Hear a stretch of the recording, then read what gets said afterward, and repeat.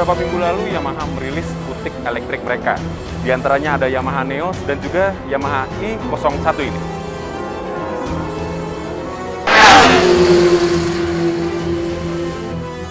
Kedatangan dari E01 ini cukup mengagetkan kita. Kenapa? Karena memang sebelumnya di press release yang secara global, mereka menyebutkan kalau motor ini diperuntukkan untuk pasar ASEAN, seperti Indonesia.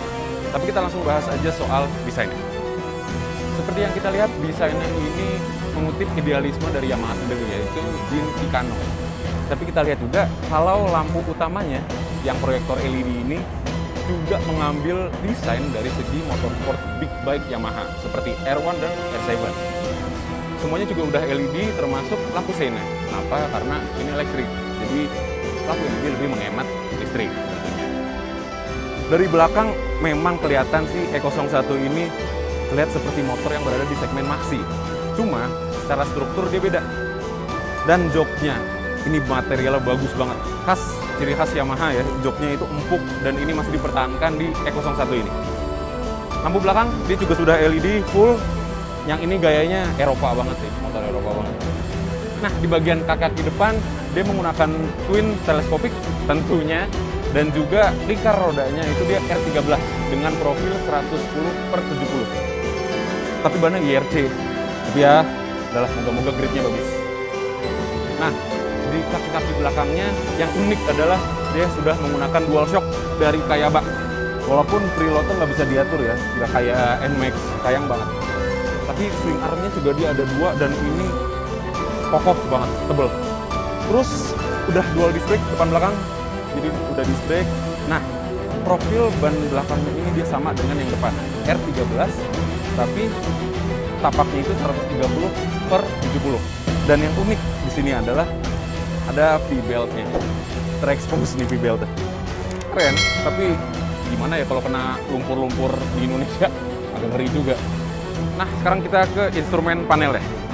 Sayang ini nggak bisa kita nyalain ya, walaupun ada kuncinya, tapi ya udahlah nggak apa-apa. Kita bisa lihat ini layar udah full digital speedometer, dan tombol-tombolnya ini enak loh, kualitasnya tactile banget. Ini opsi buat layar di sini. Ini ada mode starter, klakson, dan tentunya masih ada hazard. Moge approve.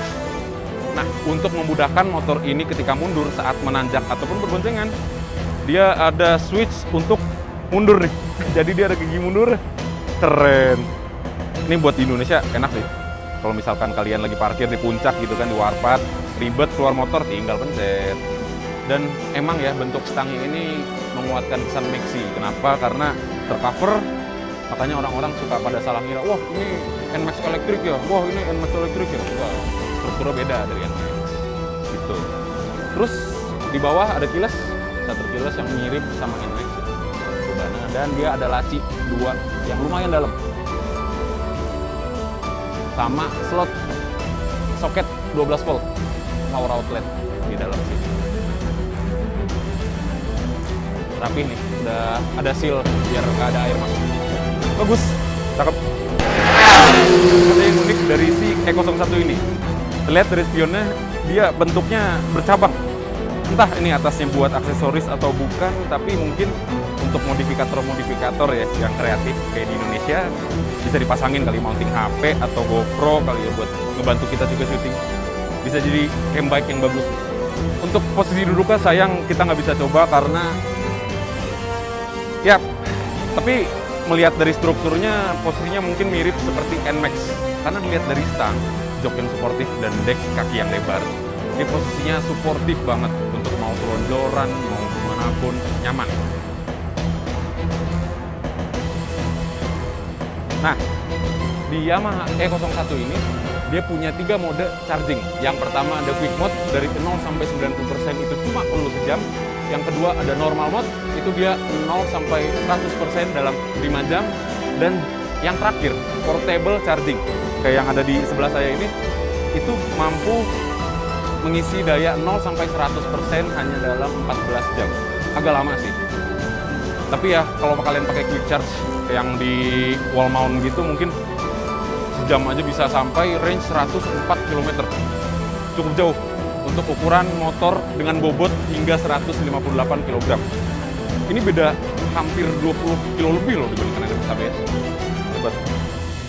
Untuk baterainya sendiri, sayang kita belum dapat info yang konkret ya untuk diinformasikan ke kalian semua. Untuk jenis baterainya sendiri, dia masih menggunakan tipe yang fix, bukan swappable. Jadi baterainya nggak bisa ditukar-tukar ya. Cuma yang pasti, Yamaha Global itu memastikan kalau output dari motor listriknya ini bisa menghasilkan tenaga sebesar sekitar 10-an hingga 11-an horsepower.